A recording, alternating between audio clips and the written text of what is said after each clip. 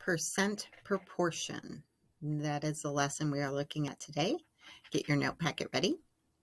The learning target says I can solve problems involving percents using proportions.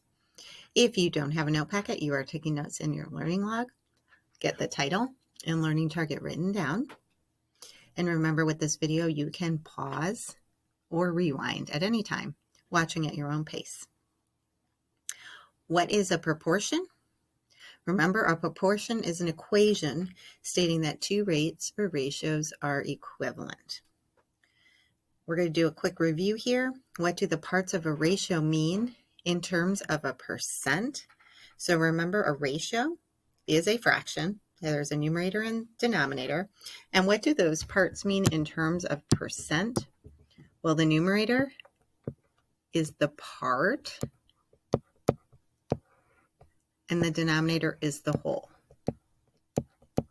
So you have a part out of a whole to get you to your percent. And to find that percent, you divide. Numerator divided by denominator. Okay, so how do you set up a proportion and solve for a percent? We have two setups that we're going to share with you today. In taking that idea of part over whole, that would be the left side of your proportion. So whatever number is the part goes where the word part is. Whatever number is the whole goes where the word whole is. And that's equal to percent over 100. If you know the percent, you put that where percent is, and 100 is always there because all percents are out of 100. This will make more sense once we do a couple examples with this. But this is one of the setups you can always refer to. The other setup uses keywords instead of part and whole. When you're looking at problems, there's two keywords to look for.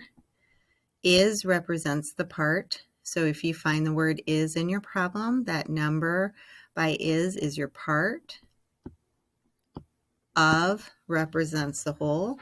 So if you can find the word of in the problem, the number after that is your whole. And then the right side is still the same, percent over 100. So whichever one of these setups is a better reference for you, please feel free to use it. But we are going to be setting these up as proportions and then using our steps of cross multiplication and division to then solve for whatever piece is missing. All right, let's look at some examples here.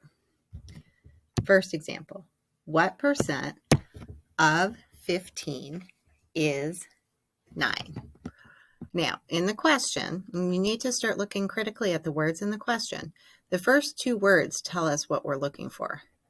We're looking for the percent. So when you go to set up your proportion, percent is always the numerator on the right. 100 is always the denominator on the right. So anytime you start these problems, draw your two lines, draw your equal sign, just like I did, and 100 goes in the denominator on the right. Now, we're looking for what percent. So this is our variable, and percent is in the numerator above 100, so that's where x will go. Now we have to figure out our part and our whole. I'm going to look at the keywords in this one. Here's the word is, and after is comes 9. So 9 is our part, or 9 goes where the word is would go. And then the word of, 15 comes after that. So 15 is our whole, or 15 goes where the word of would go. So I'm substituting in where those words are, the values that the problem gives us. Now that my proportion is set up, I'm going to follow the steps of cross multiply, numerator times opposite denominator.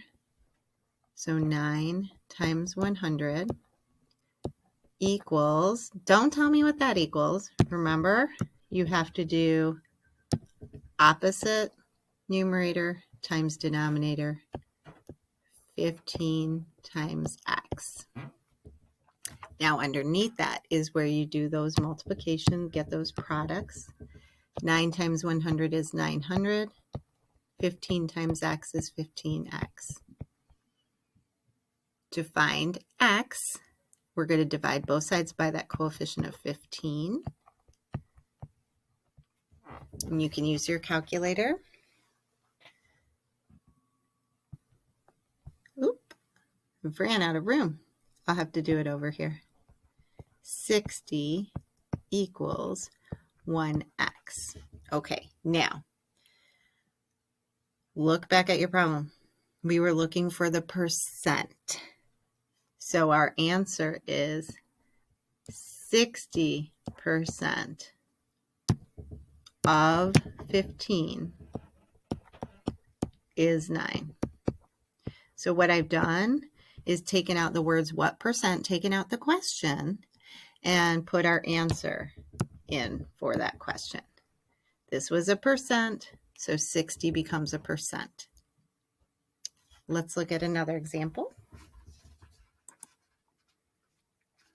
What number is 40% of 120? All right. This time it says what number is. So that means we're looking for the is. And I'm just going to put a little reminder over here.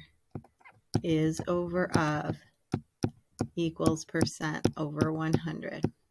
So when I go to set up my proportion, I'm making my two sides of it. The bottom right always has 100. Is the top left numerator. So that's where my x will go. That's my variable this time. Now we need to fill in the other pieces. Let's see what we have here. We have a 40%. We have a percent. That percent always goes over 100. And when you write it in, don't write it with the percent sign. And then what else do we have here? We have of 120. Of is the denominator on the left. So we're going to replace the word of with 120. Okay? Substituting in place of the words, the numbers that we have. And then, of course, one is a variable because that's what we're solving for. So what are we solving for this time? We're solving for the part. This is the part. Oop. Okay? All right, now let's do our math. Numerator times opposite denominator. 100 times x equals numerator times opposite denominator, 120 times 40. 100 times x is 100x. 120 times 40, powers of 10. You got to love them. 12 times 4 is 48. And then we have two zeros. So 4,800. We're going to divide both sides by that coefficient of 100. And we're going to get that our 1x is, do you see it? Powers of 10. You got to love them. 48. Now let's go back to our problem. This time 48 is not a percent. We were not looking for the percent. We were looking for the part, what number is. So when we put that into our answer, we're going to say 48 is 40% of 120. 48 is the part. All right, let's do one more. 18 is 25% of what number? Our question is actually at the end this time. But just look for those words, what, okay?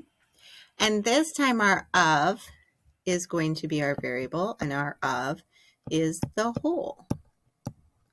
So we're looking for the whole.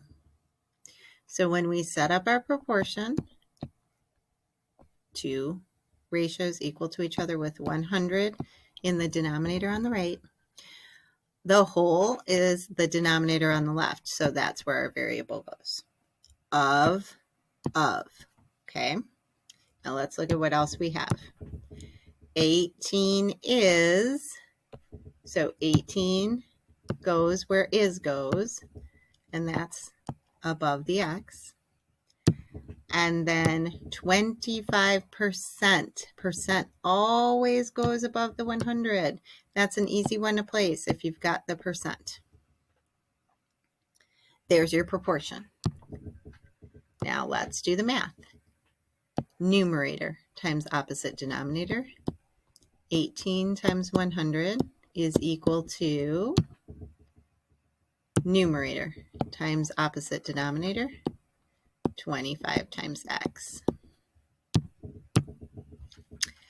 18 times 100 is 1800 or 1800, and 25 times x is 25x. Divide both sides by that coefficient of 25. And what do you get? 1x equals 72. You use a calculator. So 72 is our answer. Now look at your question because you're going to write it exactly as it was. 18 is 25% of, and here's where you put that answer, 72. So this time the answer came at the end of our statement. All right, more proportions practice. Bring it, and let's get ready to go.